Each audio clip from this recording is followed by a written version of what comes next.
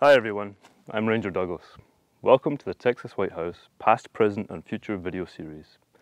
In this series, we will detail the history of the Texas White House from the area's first inhabitants to the modern day. Let's start at the very beginning. For approximately 16,000 years, the Texas Hill Country has been home to diverse communities.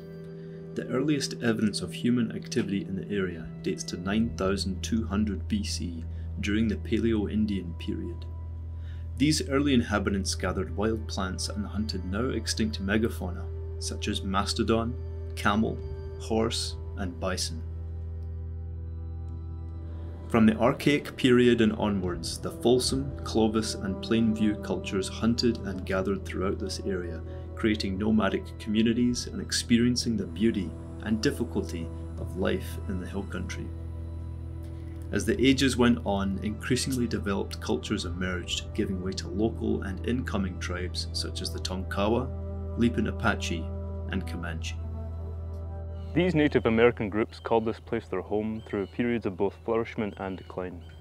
Eventually, with the coming of the Spanish, creation of Mexico, and entrance of Texas into the United States, native settlement in the Texas Hill Country became threatened. Skirmishes, wars, disease, and forced removal by colonizers changed the landscape of the hill country forever and left it a place largely bereft of its Native American population.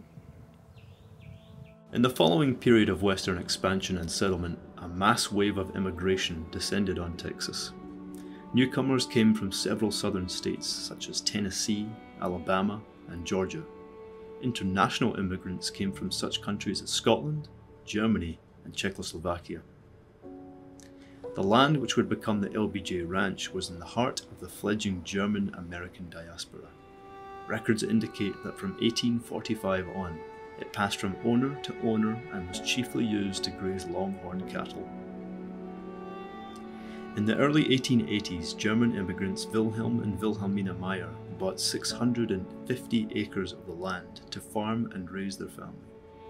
They built a log cabin beside the Pedernales River, cooked on an open fire behind it, and tasked their children with working in the cotton fields. By 1895, Wilhelm sought to build a large house for the family which would take almost a full year to complete. This very building, built of native limestone and containing 2 floors, would become the very foundation for the Texas White House of the future. Inside the new building, dances were held for people from all around, great meals were prepared, and a Meyer family wedding was conducted. The home had thus become a new community hub for the people of the Pedernales. In 1900, the Meyers sold their home and land, and the property went through a series of different owners.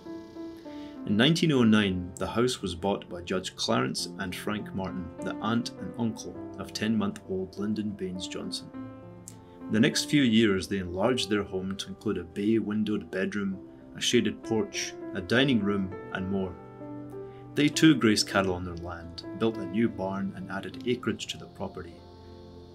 Visiting as a young boy, the future President Johnson recalls hanging his Christmas stocking on the mantelpiece of the home, reciting poetry to his extended family, and eating belly-filling Thanksgiving meals. It was these experiences, as well as his loving relationship he had with his aunt and uncle, that cemented Lyndon Johnson's affection with what he called the big house on the river. When Judge Martin died in 1936, his Aunt Frank lived with her children and then alone for 10 years in the home. Before long though, that would all change, and the greatest period of significance for the house would come by way of her enterprising young nephew.